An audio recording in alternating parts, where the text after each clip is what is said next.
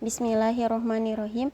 Perkenalkan, nama saya Silmi Kafa. Saya dari Prodi Ilmu Hadis semester 1 IAI Persis Garut.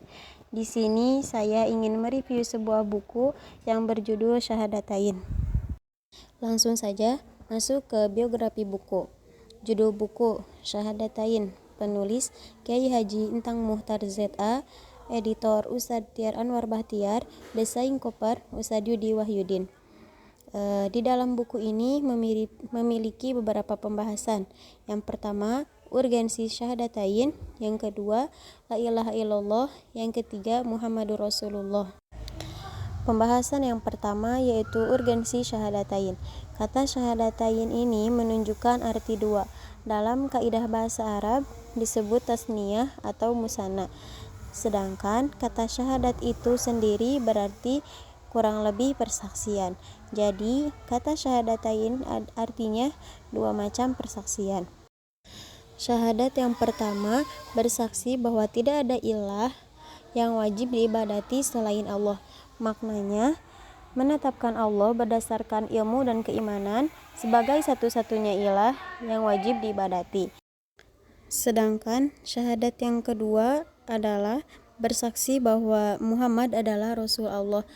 Jadi, syahadat yang kedua ini menetapkan dan mempercayai dengan sesungguhnya bahwa Nabi Muhammad SAW sebagai manusia yang menjadi Rasul Allah yang terakhir.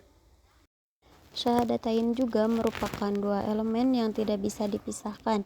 Jadi, jika salah satunya dipisahkan dari yang lain, bisa berakibat orang yang melakukannya tidak lagi pantas dianggap sebagai muslim. Maka dari itu, syahadatain menjadi rukun pertama dari arkanul Islam sebelum sholat, zakat, saum, dan haji. Jika syahadatainnya baik serta sempurna, maka pengamalan dari 4 rukun Islam yang terakhir bakal sempurna pula.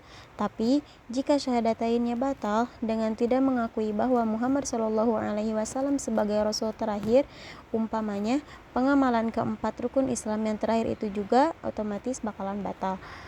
Karena tidak ada artinya sholat, zakat, saum, dan haji di sisi Allah tanpa syahadatain. Kemudian, memisahkan as-sunnah dari Al-Quran sama saja dengan memisahkan Muhammad Rasulullah dari la ilaha illallah. Nah, bagaimana jadinya jika Allah sebagai al-ma'bud atau yang diibadati dipisahkan dari Muhammad Rasulullah sebagai pemberi contoh dalam ibadah? Tentu yang akan terjadi adalah ketidakseragaman dalam cara beribadah.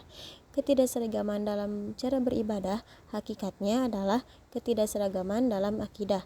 Maka apabila akidah dan ibadah sudah tidak seragam, inilah awal dari perpecahan umat yang mengaku beragama Islam.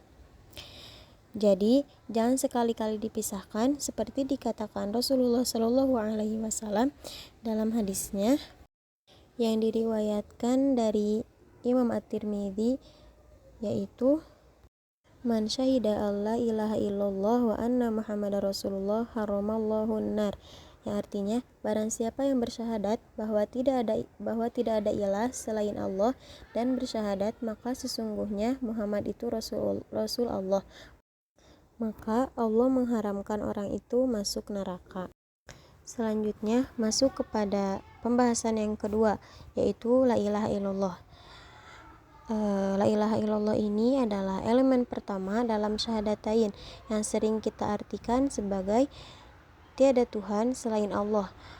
Kalimat inilah yang disebut dengan kalimat tauhid yang Rasulullah juga sebut sebagai miftahul jannah atau kunci pembuka surga.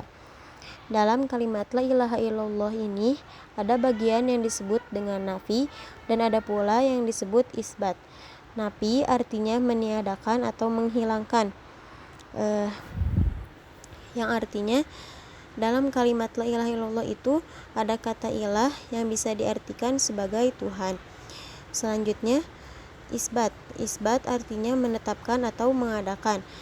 Menetapkan atau mengadakan ini jadi bagi orang yang bertauhid tidak akan mengakui dan mempercayai adanya Tuhan selain Allah. Satu-satunya Tuhan atau ilah bagi orang yang bertauhid hanyalah Allah Subhanahu wa Ta'ala.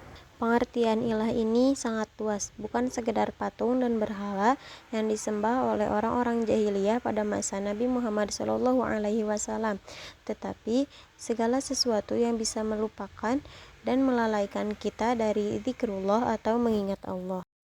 Nah, ini seperti yang pertama, bahkan segala yang bisa membujuk kita melakukan sesuatu bukan karena Allah dan tidak di jalannya juga dapat dikategorikan sebagai ilah. Terus sebagai contoh lain, apabila ada seseorang yang berani membunuh orang lain karena diberi imbalan uang bukan atas perintah Allah, maka uang tersebut bagi orang itu menjadi ilah. Terus apabila ada orang yang mengagungkan dan mengkultuskan seseorang pemimpin atau ulama, kemudian berani mempertaruhkan nyawa membela pemimpinnya itu, maka itu telah menjadikan pemimpinnya atau ulamanya itu sebagai ilah. Jadi jelasnya, ilah itu adalah segala sesuatu yang bisa melupakan diri dari zikrullah atau ingat kepada Allah. Kemudian, la ilaha illallah juga memiliki dua sifat. Yang pertama, al-wala, dan yang kedua yaitu al-baro. Al-wala artinya kesetiaan terhadap segala ketentuan Allah dan Rasul-Nya. Ada 5 macam kesetiaan atau al-wala, yaitu kesetiaan kepada Allah, kepada agama Allah, kemudian kepada kitab Allah, kemudian kepada sunnah Rasul Allah, dan kesetiaan kepada hamba-hamba Allah yang soleh. Sifat yang kedua yaitu al-baro. Al-baro artinya pembebasan dari segala yang tidak diajarkan oleh Allah dan Rasul-Nya.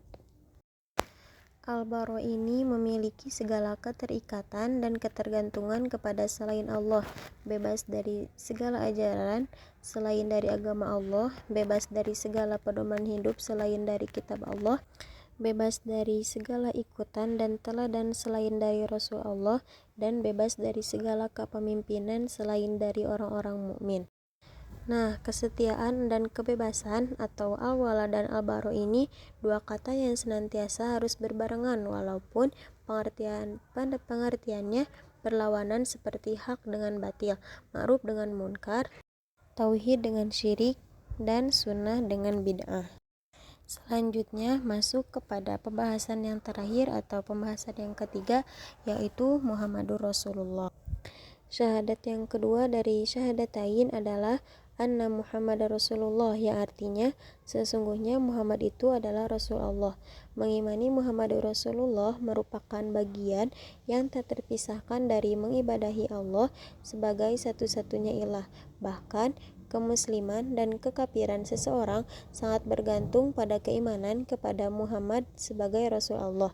Seseorang bisa dikatakan bukan sebagai orang muslim jika beriman dan beribadah kepada Allah apabila tidak beriman dan tidak mengikuti Muhammad sebagai Rasul Allah. Ahlul Kitab, Yahudi dan Nasrani beriman kepada Allah sekalipun menyekutukannya, disebut non-muslim atau kafir, lantaran mereka tidak beriman kepada Muhammad sebagai Rasul Allah. Demikian pula orang-orang jahiliyah Quraisy, kekafiran mereka lantaran menolak dan mendustakan kerasulan Muhammad. Kalimat anna Muhammad Rasulullah ini yang diikrarkan oleh setiap muslim tidak hanya mengandung pengertian iman kepada Muhammad sebagai Rasul Allah, melainkan juga mengandung pengertian wajib mengikuti dan meneladaninya dalam sebagai aspek kehidupan, mulai dari masalah at-ta'abudi atau ritual sampai masalah muamalah.